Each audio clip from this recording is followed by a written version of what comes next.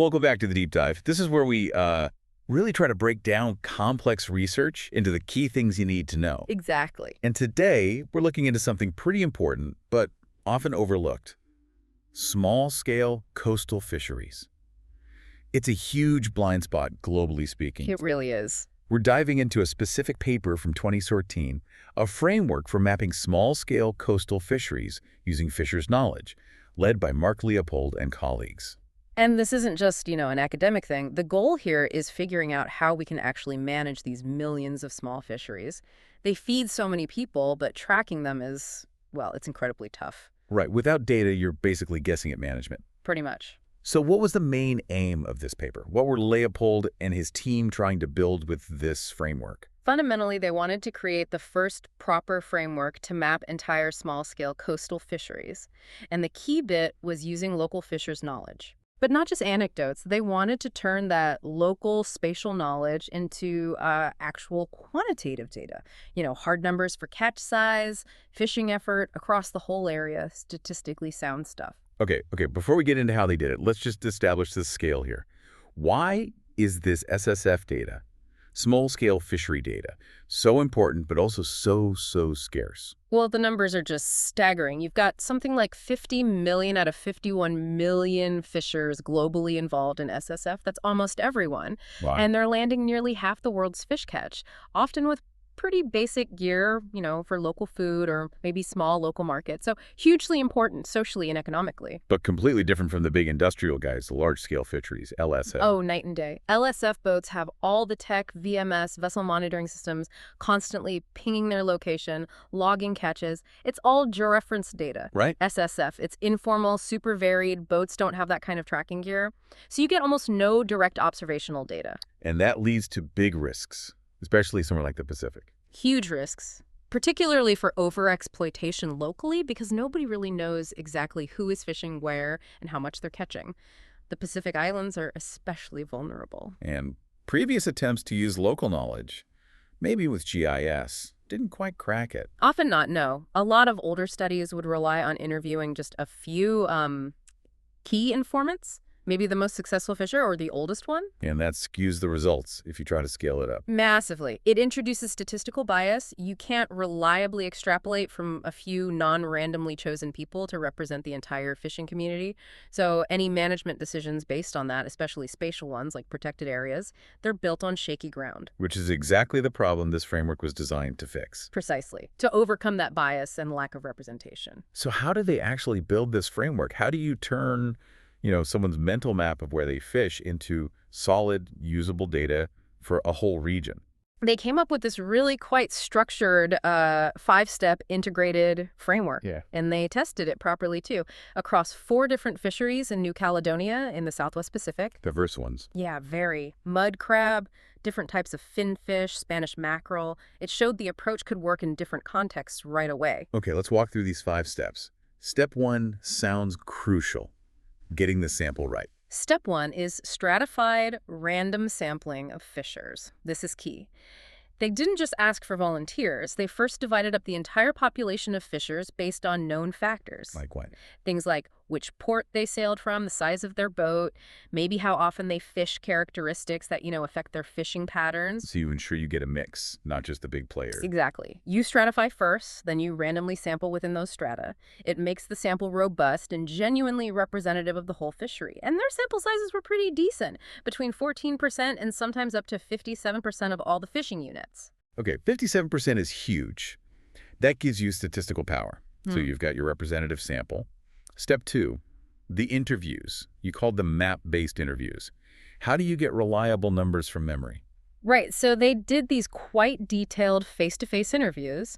Could take anywhere from 20 minutes to a couple of hours. Okay. And to get the quantitative stuff like number of trips, catch per trip, they used something called aided recall. They didn't just ask, how much did you fish last year? They anchored the question. Anchored it how? They'd ask about the previous full year, specifically bounded by memorable events everyone knows, like between last Christmas and the Christmas before that. It helps people structure their recall. Interesting. But memory can still be fuzzy, right? Especially recalling catches from months ago. Was that a concern? Oh, definitely. There's always uncertainty with recall data. That's acknowledged. But the structured questions help, and the statistical analysis later in step 4 helps account for some of that variability. And the map-based part. That sounds like the real innovation here. It really was. During the interview, the fishers would physically outline their fishing areas on some kind of geographical map. Sometimes high-res aerial photos, sometimes nautical charts. So they draw their fishing spots. Literally draw polygons representing where they typically fished for that species during that recall period. That's what turns their spatial knowledge into actual GIS data. Okay, so now you have polygons on a map linked to catch and effort data, but only for the sampled fishers. Steps 3, 4, and 5 are about integrating and scaling this up. Correct. Step 3 is basically data integration and just getting all that info, the drawn areas, the catch numbers, into a proper geodatabase. Standard GIS work. Then the big jump in step 4. Step 4 is statistical generalization. This is where the magic happens, statistically speaking. You use the data from your carefully selected representative sample to estimate the total catch and effort for the entire fishery across all the different zones they mapped. You extrapolate. Using the stratification from step 1 to weight it correctly. Precisely. It ensures the extrapolation reflects the actual composition of the whole fishery. And step 5 gives you the final maps. Step 5 is GIS overlay. They take all that generalized data and overlay it onto a standard grid, and they specifically chose hexagonal cells for this grid. Why hexagons, not squares? Hexagons are actually better for representing spatial patterns like this. They reduce directional bias compared to squares and fit together nicely, giving a more sort of natural look for environmental data.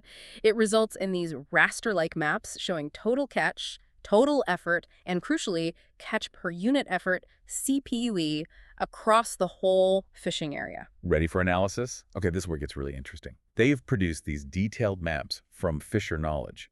Did they actually hold up? Did they validate them? They did, and the results were really quite strong. For the Spanish mackerel commercial fishery, they had official government landing records for 18 of the fishers they interviewed. So they could directly compare the interview data to the official logs. Exactly, and they found a high correlation, an R value of 0.88, which is very good. It showed the interview data closely tracked the official records in terms of relative amounts. The framework worked spatially. But wasn't there a discrepancy in the absolute numbers? I remember reading they overestimated things a bit. Yes, that's a really important nuance. On average, the fishers' recalled data overestimated their total annual catch by about 18% compared to the logs. Okay. And they overestimated their fishing effort, the number of trips, by even more, around 31%. 31% seems like quite a lot, especially for effort.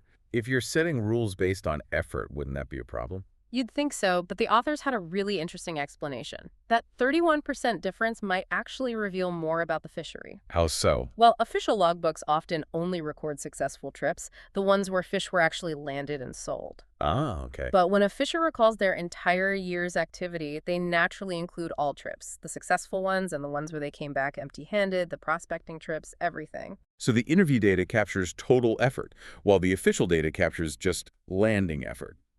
Plausibly, yes. The high correlation suggests the pattern of effort is right, even if the absolute number reflects a different definition of effort. It's an insight into fisher behavior, not just an error. That makes sense. It highlights a difference in perspective. Yeah. Now, you mentioned insights. What about findings that went beyond just validating the numbers? Were there spatial surprises? Absolutely. This is where the power of mapping the whole fishery really showed up. They looked at effort per unit surface, or EPUS basically, how much fishing pressure is in each little area. Okay. And in the Northwest Finfish study, the EPUS map revealed this big area, about 61 square kilometers right in the middle, that was only being fished by one specific group, the Suzhou-Melanesian fishers. Wait, nobody else went there? Even if it was close? Apparently not. And the researchers calculated that things like travel distance or fuel costs couldn't fully explain why only the Suzhou fishers were using that prime spot. So the map revealed What? unwritten rules. Exactly. It strongly suggested the existence of tacit territory rules, informal, customary sea tenure. The map made this invisible social agreement visible. It showed exclusive access was likely being enforced, something no VMS system on a big boat would ever pick up. It mapped the social seascape, not just the ecological one. That's fascinating. It really is. It formalizes that social dimension spatially. Was there a similar kind of ecological insight from, say, the mud crab study? Yes, definitely. For the mud crabs, they looked at catch density maps, or CPUS catch per unit surface. Where are the crabs actually concentrated? Right. And the highest densities, up to 140 kilos per hectare per year, weren't just randomly spread out. They were clearly concentrated in specific bays, Tamala and Vivuto Bays, areas known to have strong freshwater river influence. So not necessarily where the most fishing happens, but where the habitat is best. Precisely. It showed resource concentration linked to specific ecological drivers, like freshwater input into mangroves, independent of fishing effort patterns, helps understand the resource itself. So pulling this all together, what are the big takeaways for people actually trying to manage fisheries or conserve marine environments? How does this framework help in the real world? It has several really practical implications, especially in these data-poor regions where most SSF exist. First, for area-based conservation, like setting up marine protected areas or MPAs. How does it help there? Well, these maps allow managers to actually estimate the opportunity costs to fishers if an area is closed. You can see quantitatively how much catch or effort happens in a proposed MPA zone. So you can have a more informed discussion about trade-offs. Exactly, and you can prioritize areas for protection based on data, maybe protecting areas with really high CPUE that could be critical nursery grounds or spawning sites. Makes sense. What about monitoring fisheries over time? The spatial CPUE maps, that SCPUE index, can serve as a pretty good proxy for how abundant the fish are across different areas. So managers can use repeated surveys with this framework to track whether fish stocks are recovering inside existing reserves, for example. So it provides a baseline and a way to measure change. Right, it allows for assessing the biological outcomes of management actions. And you mentioned the social aspect, the zoofishers. How does that play into governance? That's huge. For governance and conflict resolution, the effort maps, the EPUS maps, they visually represent the social seascape, including those customary sea rights. It puts traditional practices on the map, literally. Yes, which is incredibly powerful. It provides a common visual language for fishers and government authorities to discuss sea use, identify potential conflicts between different user groups, and maybe even strengthen local management rights. Okay, this sounds incredibly useful, but there must be limitations, right? What did the authors caution about? Yeah, absolutely. No method is perfect. The main one is an assumption inherent in the extrapolation. It assumes that within those larger areas fishers draw on the map, the fishing effort and the catch rates are relatively uniform or homogeneous. Which might not always be true in reality. It might not be perfectly true at a very fine scale. Yeah, it's a simplification.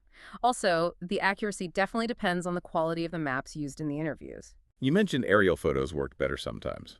Fishers generally found high-resolution aerial photos easier and more intuitive to draw on accurately compared to more abstract nautical charts, especially for coastal areas they knew well, so the map support matters. Right. Okay, looking forward then. They established this framework is generic. It could work for lots of different small-scale fisheries, coastal, even inland, especially in developing countries. But you mentioned it requires technical skills. It does, yeah. Right now, doing the stratified sampling design, running the statistical generalizations, managing the GIS data, it requires quite a bit of technical expertise in statistics and spatial analysis. Which many local fisheries agencies, especially in developing nations, might not have in-house. Exactly. That's a major bottleneck to widespread adoption.